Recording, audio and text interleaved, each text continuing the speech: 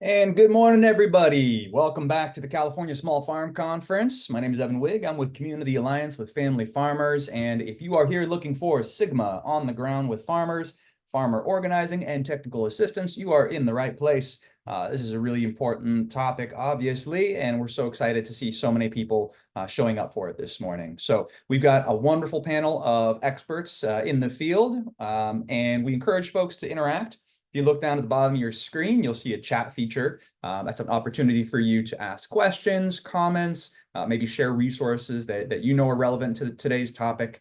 But really big thanks again to all of our panelists and all of you for tuning in on what is an incredibly important topic here for small farmers in California. And with that, I'm going to pass it over my good friend Dave Runsten, and enjoy the workshop, everybody, and we'll see you soon. Thanks, Evan. Good morning, everyone. I'm Dave Runsten, the Water Policy Director at CAFF. After many years of doing every sort of policy, I'm just focused on water and particularly SGMA now. In this workshop, we will discuss the Sustainable Groundwater Management Act, or SGMA, and what we are doing to assist small farms with this. SGMA was passed in 2014, and so we are 10 years into the process. And now implementation is getting serious, as aquifers must be in balance by 2040 or 42. A couple of years ago, we convinced the legislature to appropriate money for outreach, education, and technical assistance for small farms who are dealing with SGMA. This effort is overseen by the Department of Water Resources and involves CAFF, and we're currently working in the Sacramento Valley, Sonoma, and the Central Coast. The UC Small Farm Network, which will start in April and will be responsible for the San Joaquin Valley and some other places to be determined. The UC Davis Law School, which will provide adjudication and other legal assistance to small farmers by running a legal clinic, which is set to begin in August. And Dudek to provide technical assistance directly to small farmers. In this workshop today, we will hear from Dudek about their services, and then from Robbie Jaffe, a small farmer in Cuyama, where adjudication has taken over the SGMA process. But first, Lauren Crotty from DWR will get us started. And if we have time at the end, I will say a few words about what we've been doing in YOLO on well permitting.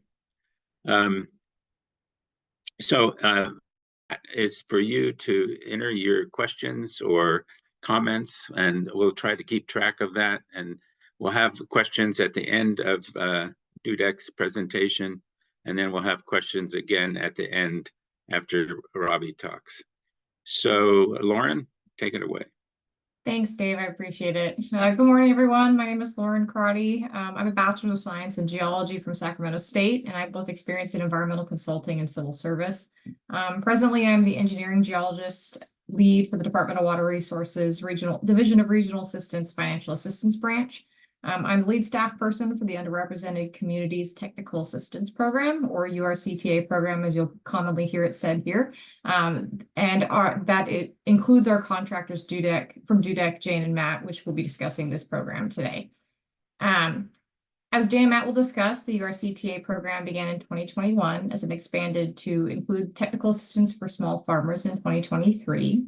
I just wanted to give a special thanks to CAFF, as well as our partners with the Water Foundation, University of California Cooperative Extension, the Aoki School of Law, and University of California Agricultural and Natural Resources. We're excited to share our program with you all today and for you to see some of the services that we're providing here. So with that, I'm going to turn it back over to Jane and Matt and for them to provide you some information on the program. Good morning. My name is Jane Gray. I'm a project director at Dudek and a regional planner, and I am project manager for this program on the Dudek side. And I'll let Matt give a brief introduction, and then we can jump into our presentation. And really appreciate you all being here today. Look forward to chatting with you. Hi, everyone. I'm Matt Naftaly. I'm a principal hydrogeologist at Dudek, and I've been working on particularly the technical assistance elements of the program. And I now. So I'm happy to be here, and thank you for being here as well. So we'll get started today with our presentation. Really appreciate the introduction, Dave and Lauren and Evan. And we are here to talk to you about the Sustainable Groundwater Management Technical Assistance Program, which is part of the URC Underrepresented Communities Technical Assistance Program.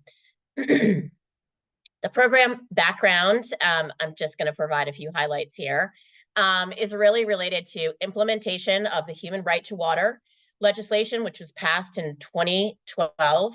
And that declared that every human being has the right to safe, clean, affordable, and accessible drinking water, adequate for human consumption, cooking, and sanitary purposes.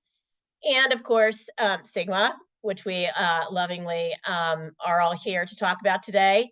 And that is, again, 10 years in of sustainable groundwater management. What does that mean for you and for your, your community members, particularly small farmers? So again, just taking a step back as we look at the Sustainable Groundwater Management Act and the requirements. So in 2014, all entities were required to form groundwater sustainability agencies. And then following on that, groundwater sustainability plans were required. Overdrafted groundwater basins, as well as all basins in California, are required to reach equilibrium, that is, provide a sustainable yield of groundwater basins by 2040 to 2042.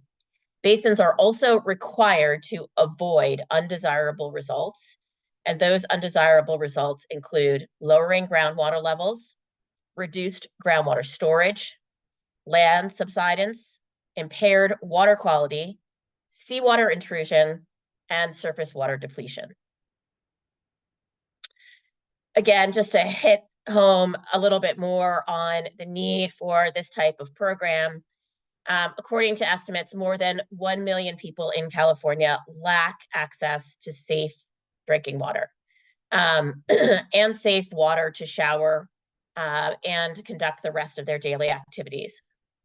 The majority of these Californians are in rural communities, are in underserved and low-income communities, and communities of color.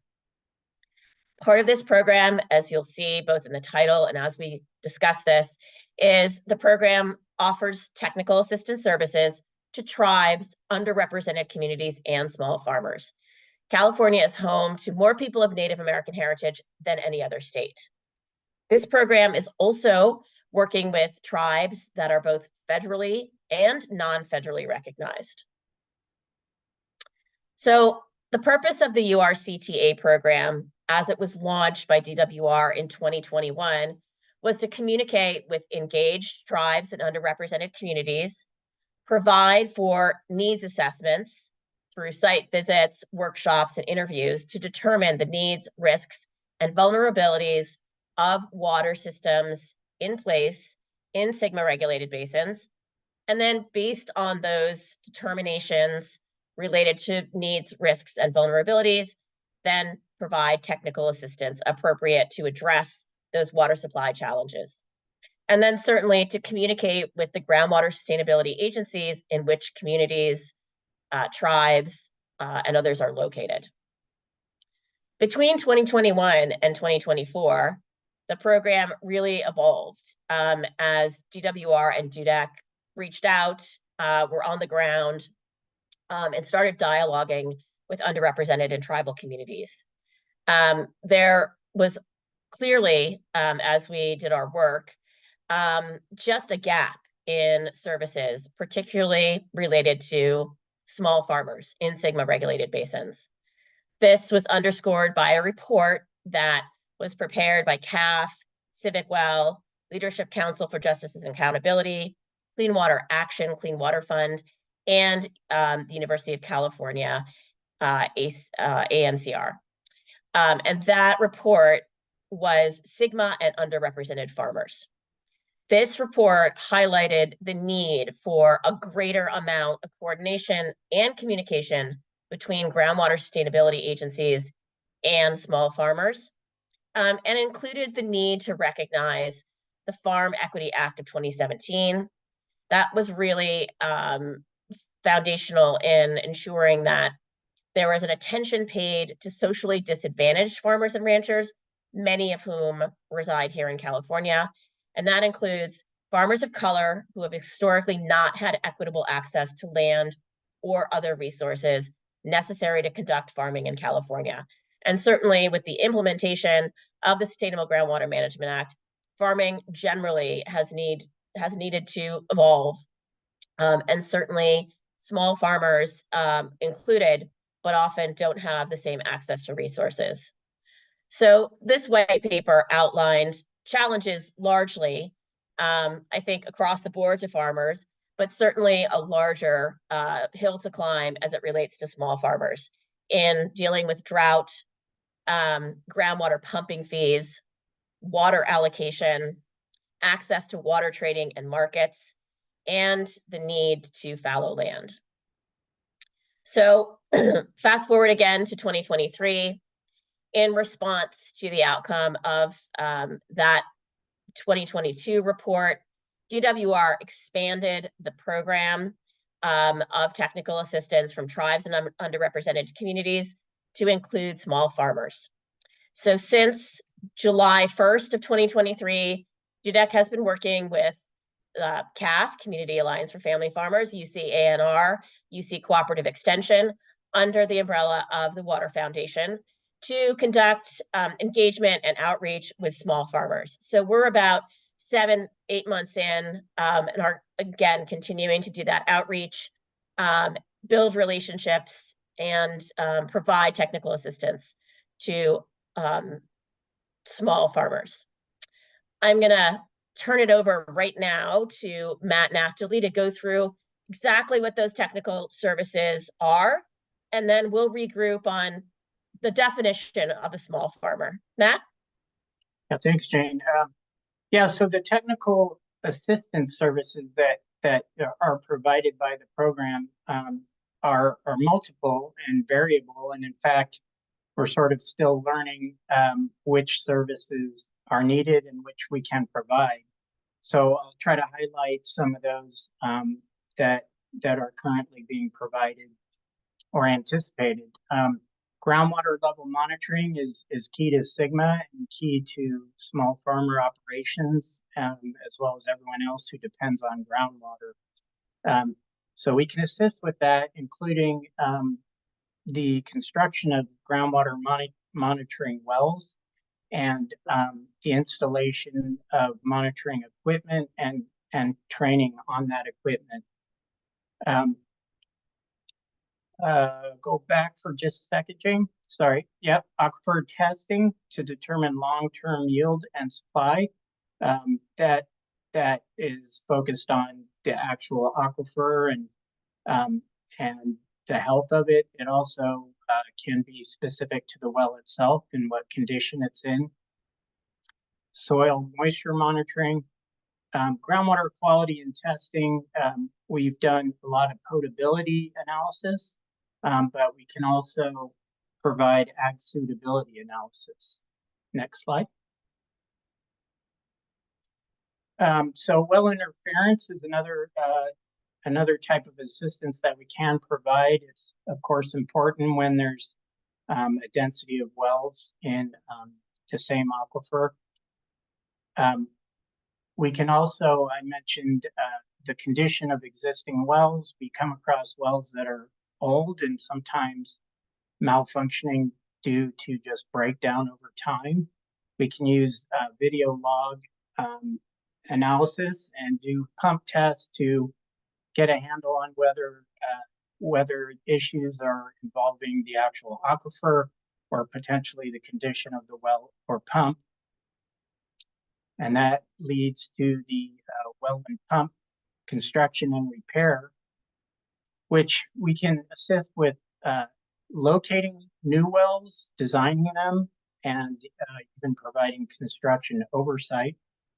Groundwater impact analysis is kind of specific to those things that SGMA considers undesirable results. And so we have done reports that are focused on regional issues and that local to a particular farm or community. So technical assistance services can also include coordination and facilitation on GSA matters, preparation and submittal of relevant funding applications. And I should say that pretty much every project that we do, whether it's for small farmers or disadvantaged communities, includes an analysis of potential sources of funding and guidance related to that. We can also prepare training manuals specific to equipment and infrastructure, and as I mentioned, other types of training. Great, thank you, Matt. So who meets the definition of a small farmer? We'll go through that right now. It's a relatively long definition, and feel free to put some questions in the chat if you have them. This is a working definition right now. So we are taking comments on it, and there will be a slide in here that has a QR code as well as a link to the email address for you to provide comments to the Department of Water Resources. So currently, small farmers starts out with the USDA definition of a small farmer, and that is an operation with a gross cash farm annual income of under $350,000. This definition includes both commercial and non-commercial farms. Second portion of this definition is that USDA and CDFA, California Department of Food and Ag, define socially disadvantaged farmers or ranchers as member of a socially disadvantaged group. And those people have been subjected to racial, ethnic, or gender prejudice because of their identity as a member of a group. This also, these groups include African Americans, Native American Indians, Alaskan Natives, Hispanics, Asian Americans, Native Hawaiians, and Pacific Islanders. The USDA further goes on to include historically underserved farmers or ranchers, and those that are veterans and limited resourced. So for the purposes of the program, there's a requirement to meet 2 of the 4 criterion within this next portion of the small farmers working definition. So DWR will define small farmers, again, as folks who meet 2 or more of the following.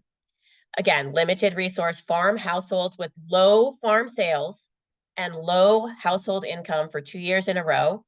And that means direct or indirect gross farm sales of less than $350,000 and low household income of 85% of the median household income. The second criterion is a farm or a ranch of 50 acres or less that's operated by a farm or a rancher who qualifies as socially disadvantaged. And we went through those qualifications.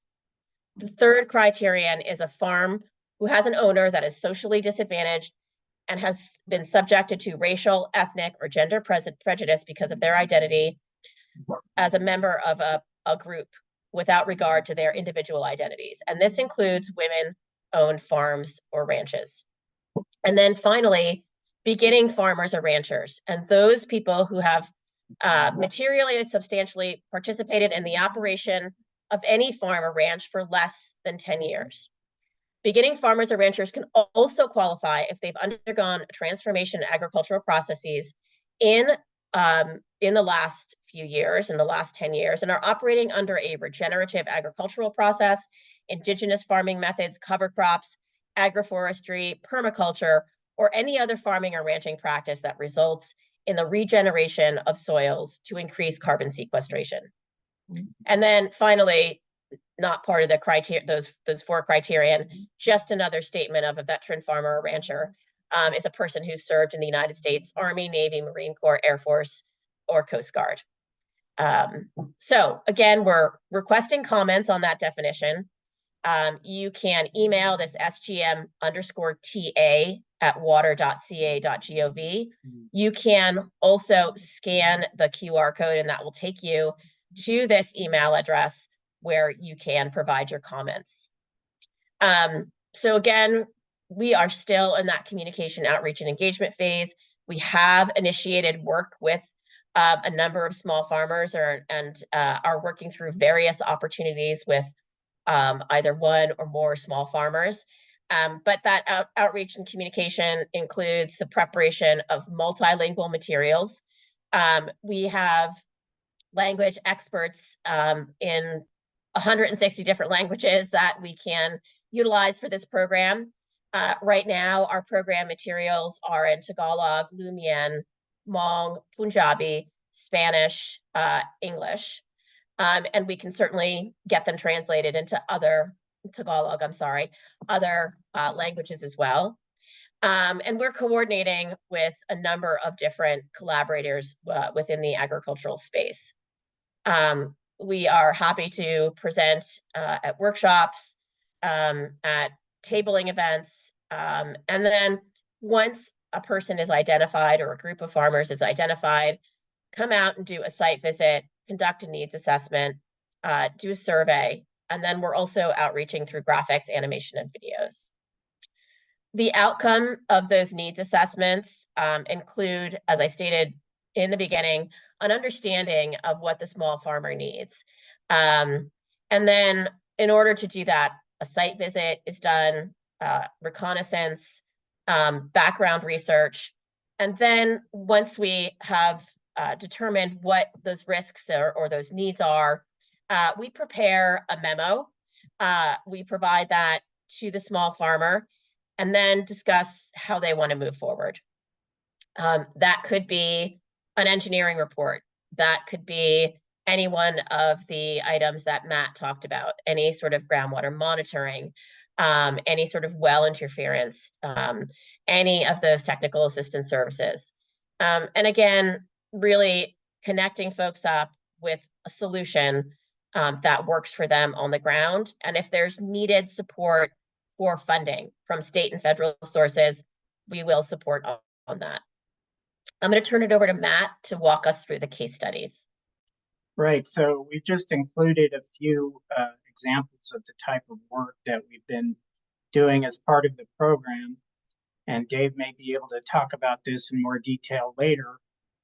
However, we did conduct kind of a peer review for Yolo County in terms of the executive order requiring GSAs to review and approve of new well permits in SGMA regulated basins, particularly paying attention to efficiency and cost, making sure that it's as affordable and efficient as possible. Next slide. The city of Cuyama was a project we worked on. The city has had many issues related to water infrastructure, but also in their ability to provide the resources and personnel required to run a water system. It's a small city, but requires a fair amount of attendance. So we did produce a report related to water storage. As you know, water storage is required for fire flow. And at the time we started this, they had no water storage and had to depend for fire flow storage from other systems.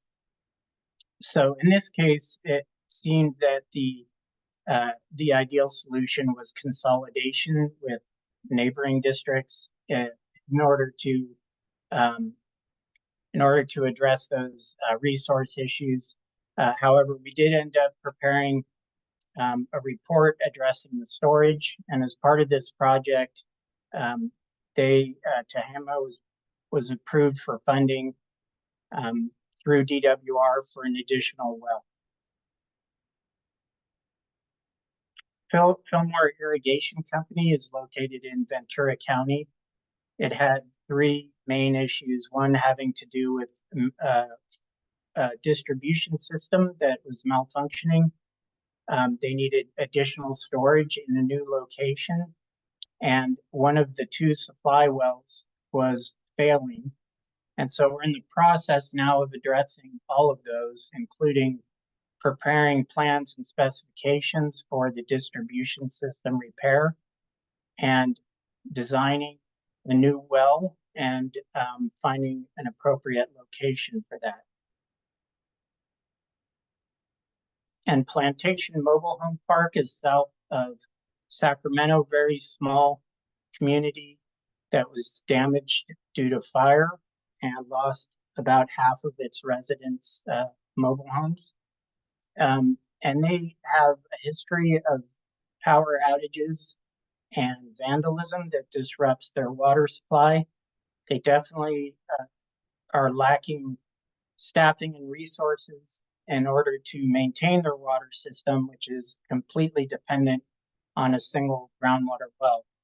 So in this case, we're in the process of investigating the coordination of consolidation with large water systems that are in the vicinity, including CalAm and the city of Sacramento. So that concludes our presentation. I will put this contact information up there, and we can certainly send that out through SCED as well. If you're wondering how to avail yourself of technical assistance services, that email is the best place. If you're not comfortable emailing and it would be better, we're happy to provide you with a phone number so that you can call. You can also reach out to CAFF. And if that is how you'd like to communicate and get technical assistance services, you can certainly reach out to CAFF and they will connect you with Dudek. So whatever you're comfortable with, whomever you're comfortable contacting, that is how you can avail yourself of services. Thank you very much for your time. I'm going to stop the share now and we'll open it up to questions. Dave?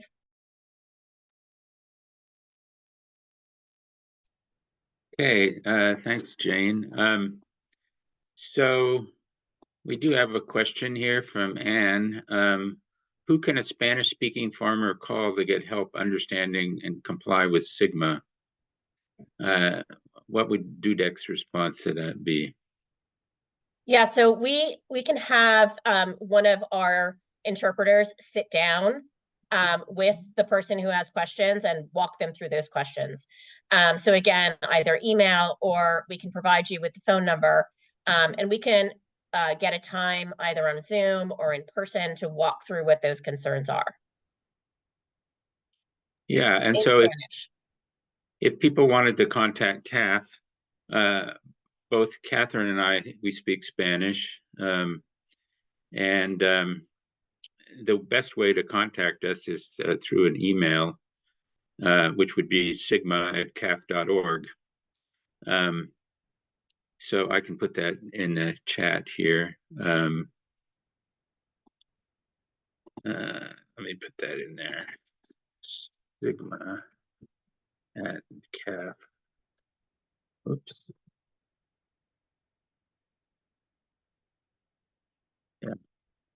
So, oh, did that go to everyone? I guess it didn't go to everyone. Let me try. Let me try that again.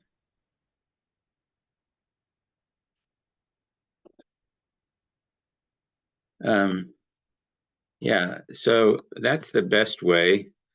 And people could email us in Spanish or English. There are quite a number of people who work for CAFF who speak Spanish. We have, I don't know, more than half a dozen native Spanish speakers. And so we can certainly find people here at CAFF to talk to anyone who is speaking Spanish. But as far as a phone number, we'll have to work on that. I can't tell you what the best phone number would be offhand. I mean, ideally, somebody emails us and we arrange a call. That would be the best for us. So do we have other questions? I mean, one of the things that Dudek can do, of course, as they were saying, is that they can help you with groundwater monitoring and help you with your well, any problems you have with your wells. They could help you set up your well to do monitoring. there are a lot of GSAs who want more monitoring wells, and so people who are willing to have their well be a monitoring well, I think the GSAs would probably pay any expenses associated with it. I mean, that's certainly true in Sonoma County where we started working. Do we have any more specific questions for Jane and Matt? Well, if not, then we'll move on here and we'll have Robbie make her presentation.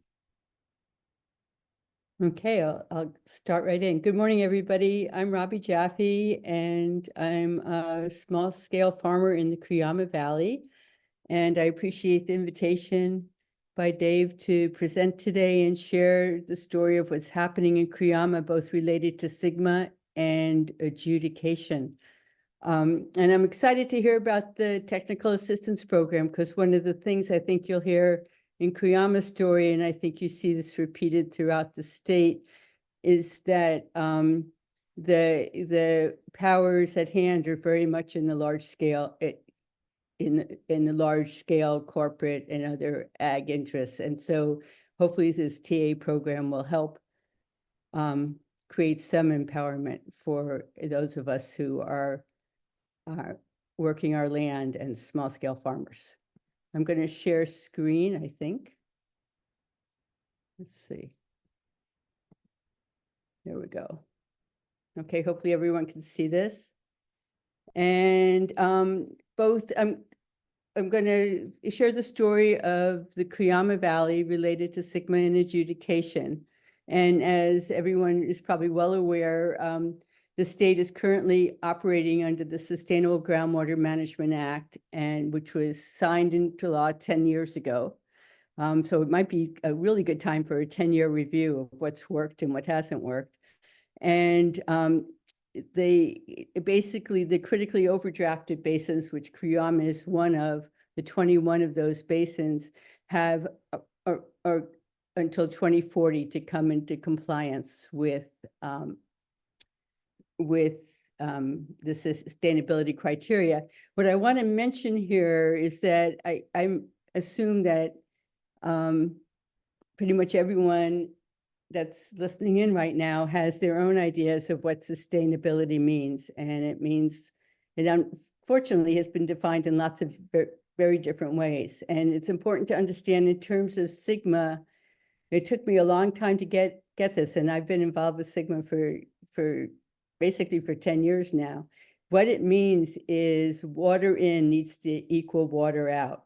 So in these years leading up to 2040, it's possible to continually deplete the water table as long as by 2040 we reach a balance. And it depends, I know, on some criteria that's set in the plans, but it's really important to realize that sustainability in terms of SGMA is not about restoring water tables or even maintaining them at the level that they're at right now. So this is a map, the DWR map of the critically overdrafted basins in the state. There are 21, and as you can see, they're identified in purple. Most of them are in the San Joaquin Valley. And just so you have an idea of where the Cuyama Valley is, it's a little bit to the southwest of the southern San Joaquin, and it actually has jurisdiction in 4 counties, the largest one being the northeast corner of Santa Barbara County. We're one of the 21 critically overdrafted basins. We're a very small valley with a population of less than 2,000 people. And within that valley, there are 3 state-identified disadvantaged communities. Our average rainfall ranges from 6 to 15 inches. Typically in drought years, we're getting less than 5 inches of rain. And what's interesting in terms of the state, we're only one of 2 critically overdrafted basins that's completely dependent on groundwater. We no longer have any surface water, and we don't have any water that's imported into the basin. We're a beautiful valley. We're surrounded by amazing natural resources. To the south of us is Los Padres National Forest. and to the north is the Carrizo Plain. We're about 75 miles long and 300 square miles in size, and with a elevation from 1,700 to 2,800 feet. And we're surrounded by mountains that go up to 8,000 feet. We're basically a dry Mediterranean climate. Some of the valley is considered high desert. A lot of the valley in the area where we farm is chaparral.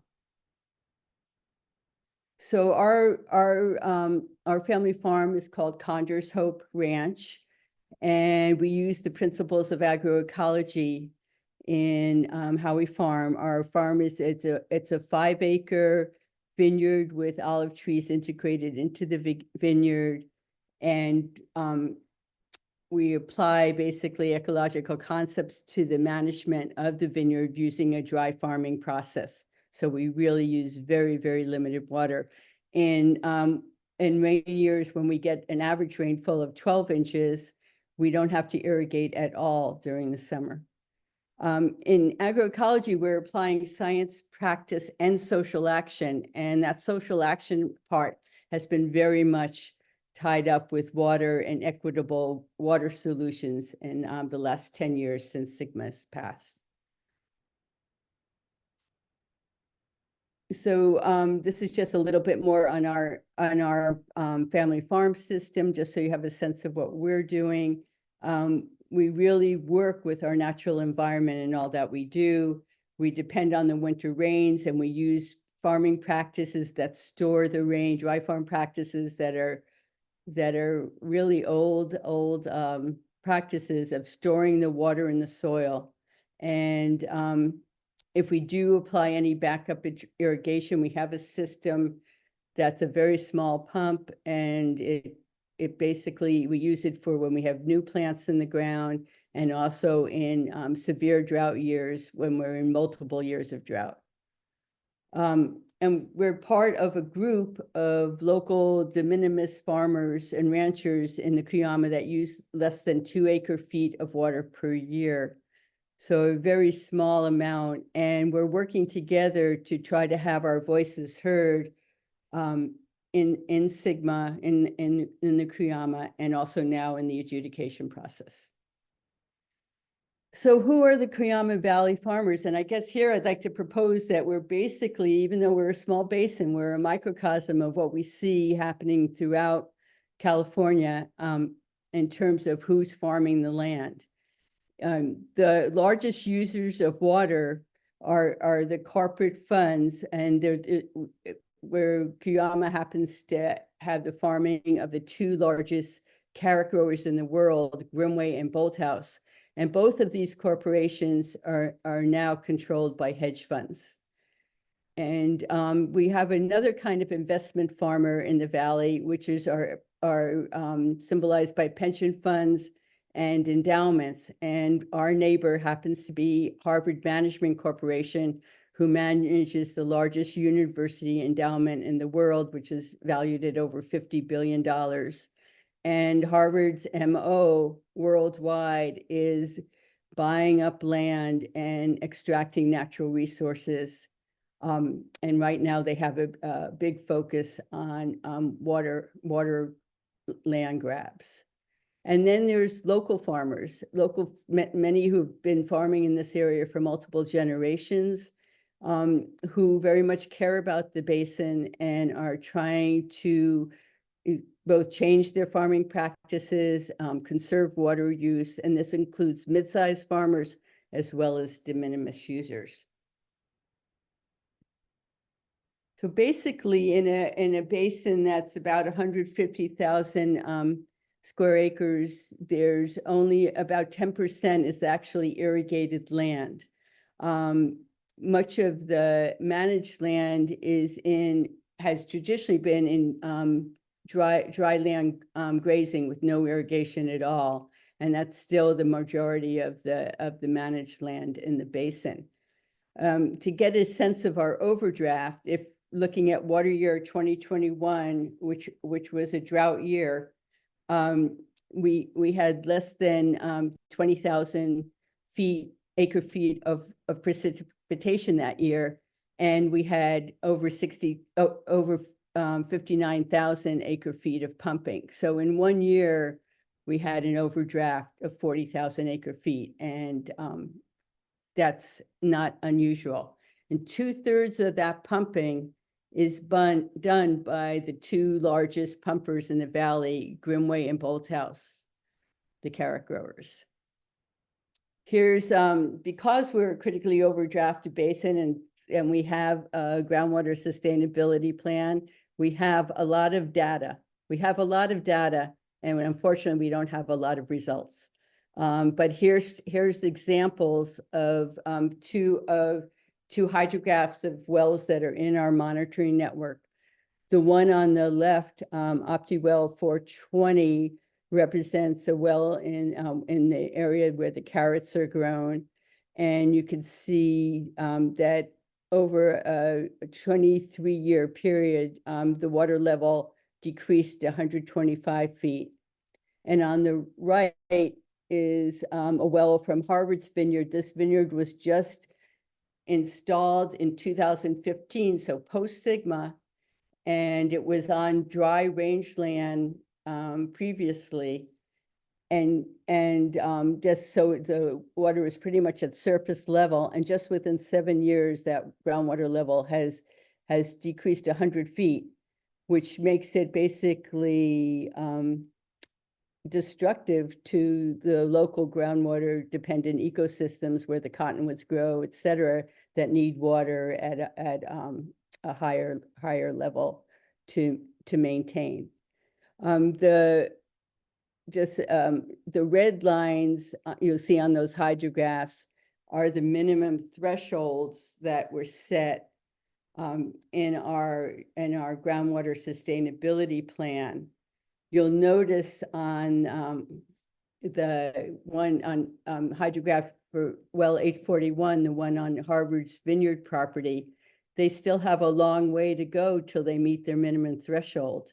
And the minimum threshold is the trigger, right? It's the trigger that says, wait, what's going on here? We're depleting the water table.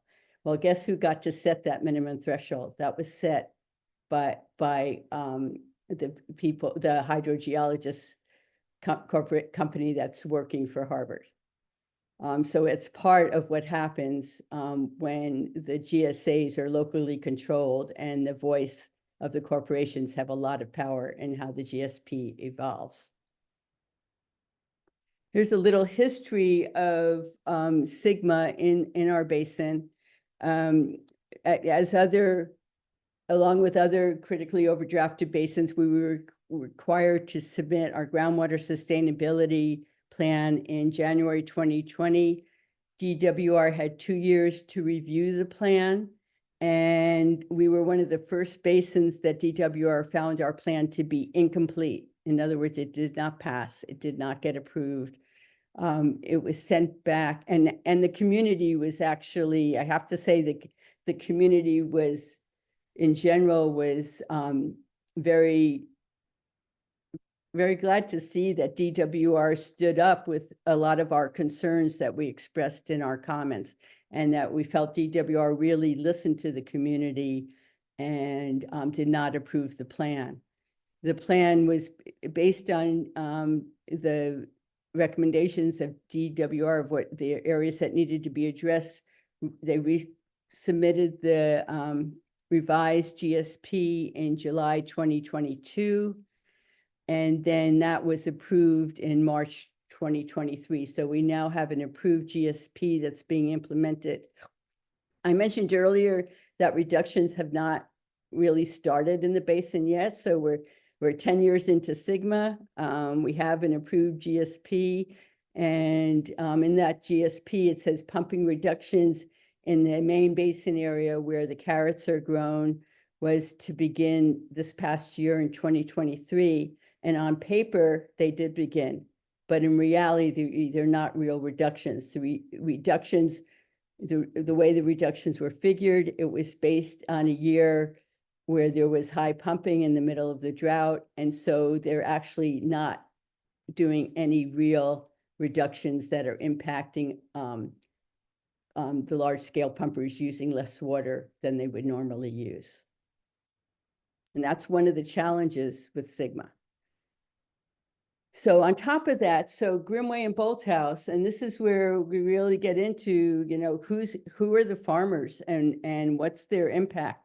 Grimway and Bolthouse have seats on our groundwater sustainability agency. They have a lot of power in it. They also they formed a water district where they also have a lot of a say in terms of what's happening in the basin. And then on top of that, in August of 2021, they filed an adjudication in the courts. And what this does is it takes, or it puts in conflict, and as they said in the beginning, sort of sets up two parallel tracks where Sigma's and the GSPs being implemented, and at the same time, Grimway and Bolthouse sued every landowner, from ones that are just using water for domestic use to all farmers in the basin. Anyone that has a water well was sued by Grimway and Bolthouse for our water rights. And in order to maintain our water rights, we have to have an attorney to represent us in the court case. So it's taking what Sigma's set up is very much a public oversight, a public plan, and it's taking it out of that and based on old California water rights laws, putting into private decision-making through the courts. So this just sort of is a comparison between Sigma and adjudication. And though there are lots of concerns that we as a part of a community group and those in the community involved in our Sigma process, we have a lot of concerns about it. But what we're able to do is publicly participate in it, publicly express our comments, have been able to have DWR listen to our comments, and continue with that process. The adjudication, which is happening at the same time, allows for no public input. And we need to pay for lawyers to represent us in the court. And the court is actually going to decide the allocation based on a sustainable yield. And it's not yet decided how that sustainable yield will be determined. Will they use the information Sigma's using, the hydrogeologists that are working for our GSA to determine the sustainable yield there, or are they going to be pushed to using a whole different court process to determine the sustainable yield? All of that is still in question. And I think a really big difference between Sigma and adjudication is Sigma it specifically includes all beneficial users of water. That includes the environment, that includes disadvantaged communities. It looks at the whole picture. Adjudication only looks at the property owners and very often base their decision on historical water use.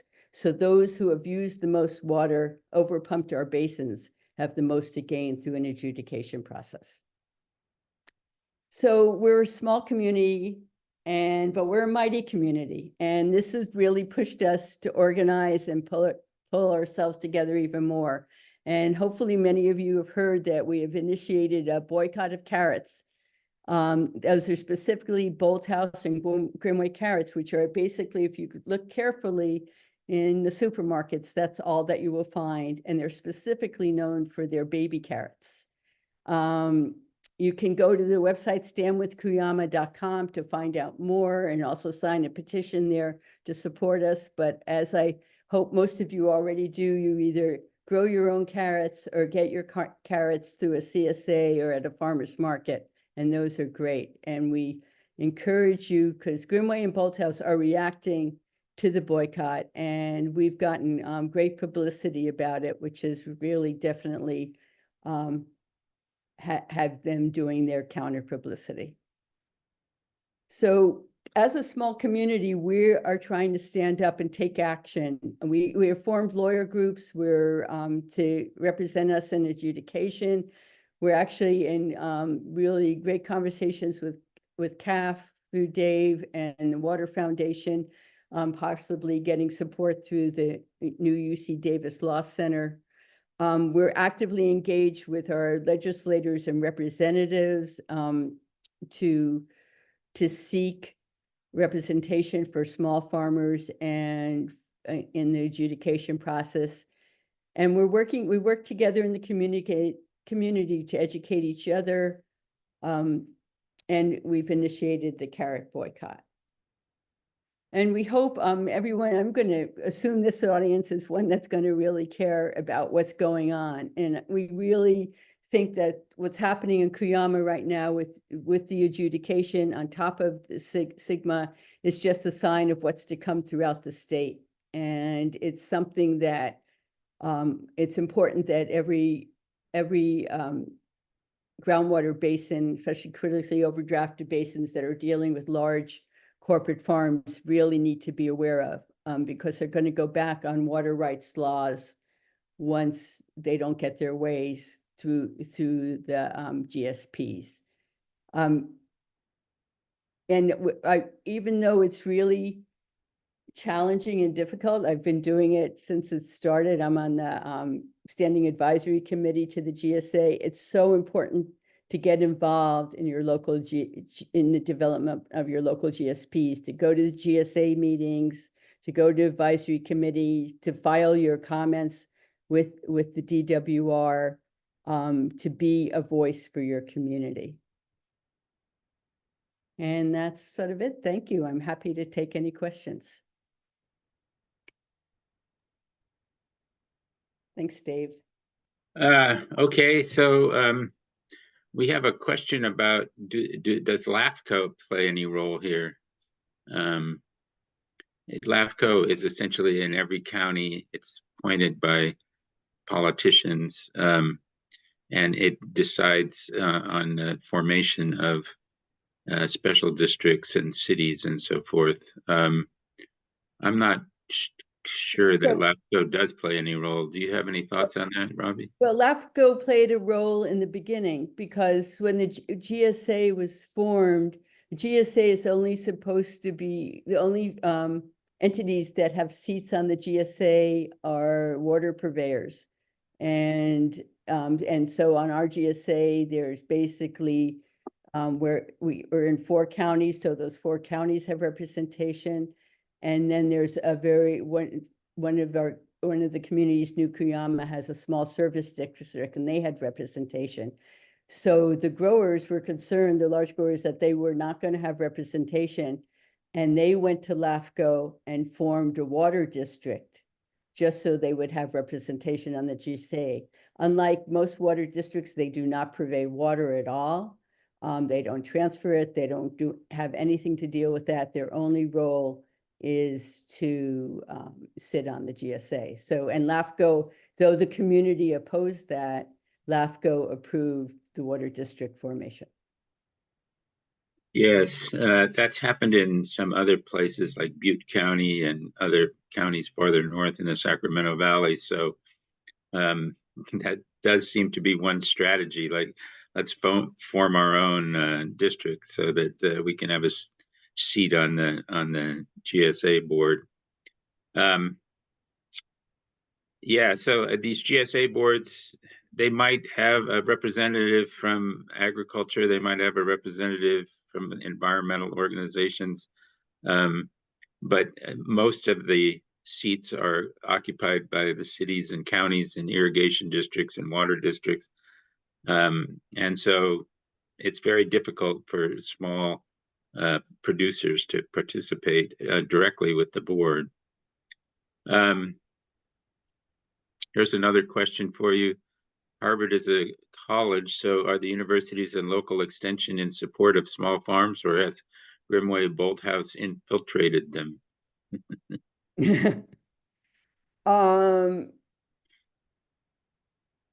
Let's see, I'm not sure how to take that question. So I guess one thing is that I think this is true probably of most university endowments. Their investment arms are completely separate from the academic arms of the university. So originally, we actually reached out to some of Harvard's academics to try to engage them and get their support. And they said, oh, no, we're not allowed to touch any of that.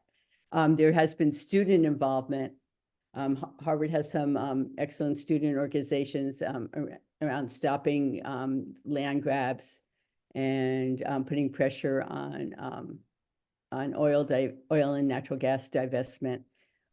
So we've been in touch with them and they've been extremely supportive. But in terms of there's no overlap otherwise. And then in terms of Harvard's relation with Grimway and Bolthouse, you know, it's like when they have mutual self-interest, they're there. And when they don't, in the adjudication right now, Harvard is fighting Grimway and Bolthouse on trying to redefine the boundaries of our basin.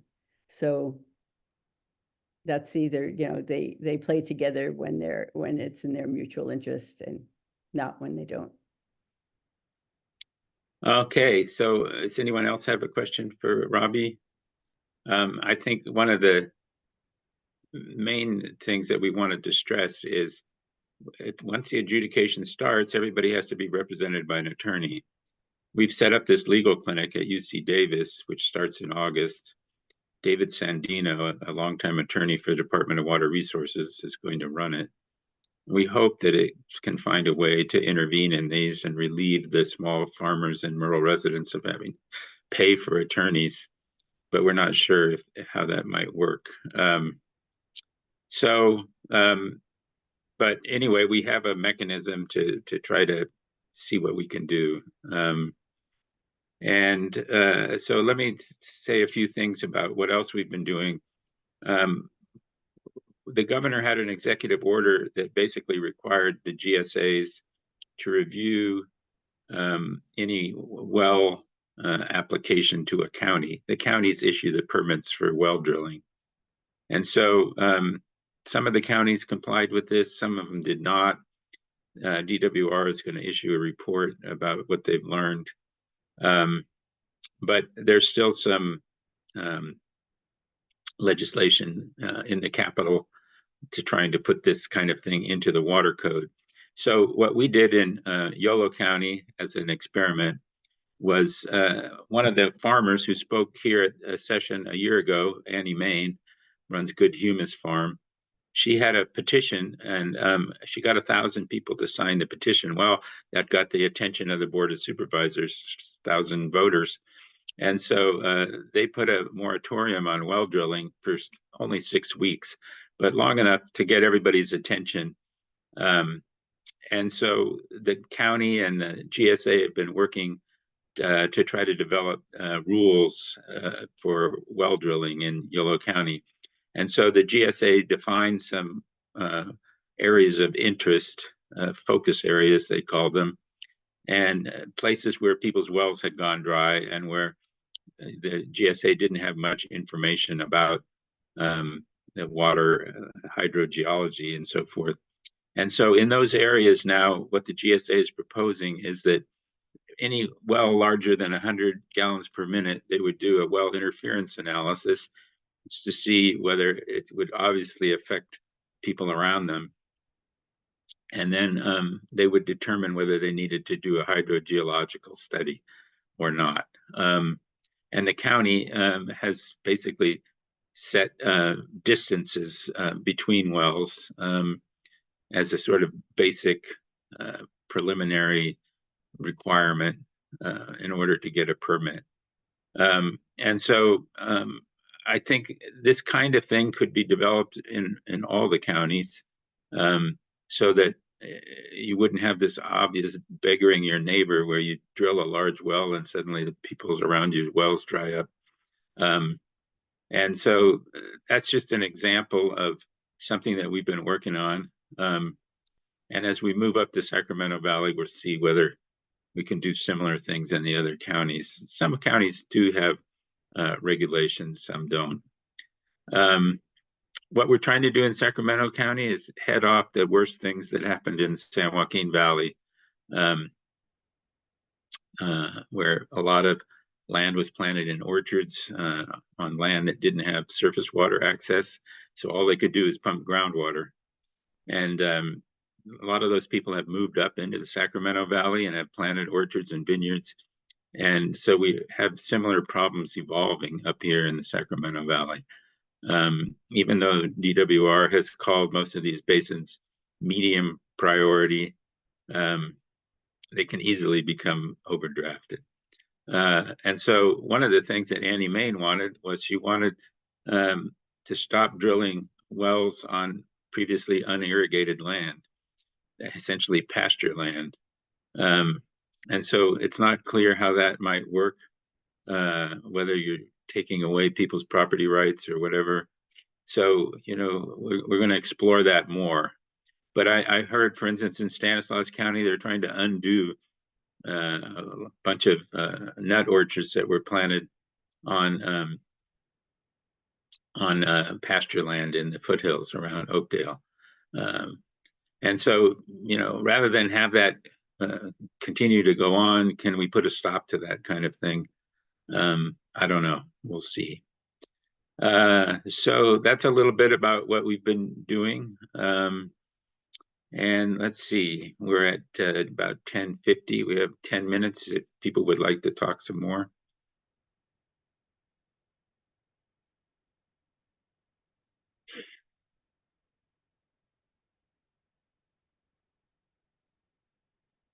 Dave, can you say anything about the legislation that passed last year? Yeah, so we passed a bill last year, AB 779, Lori Wilson. That bill addressed adjudication. It was watered down, of course, as all bills are, but it ended up including some instruction to the court that they should give special consideration to small farmers and disadvantaged communities. We also tried to get the environment in there, but we failed.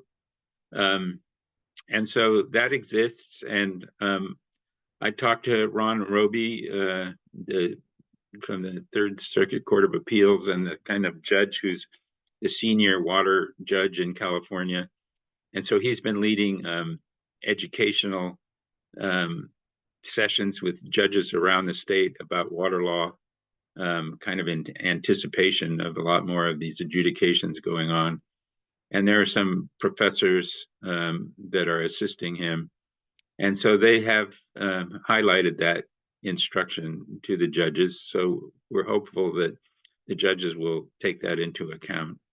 You know, but there will be more bills. It's just very hard to get any kind of change to SGMA through the legislature, because all of the large scale agricultural industry is opposed to any change to SGMA. In fact, Farm Bureau put out a thing the other day saying, we will oppose all SGMA legislation. So, so that's, you know, it's a challenge, right? You have to basically work around all this opposition all the time. A lot of politicians don't like opposition, right? And so they shy away from things where they just know that they're going to get that opposition.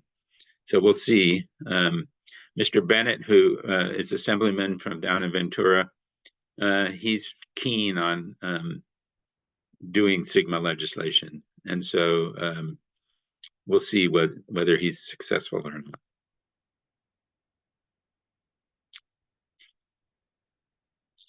So any other comments from anyone? Last chance here. Well, if not, then I think maybe we'll wind this up. Evan, are you still around? Certainly are, Dave. Okay. Thanks again for a great presentation, and everybody, we'll follow up with more additional resources, and we hope you enjoy the rest of the conference. We still got several more days of workshops, so we hope to see you there. Okay, thank you, everybody. Thank you so much, Everybody. everyone. It was a pleasure. Thank you.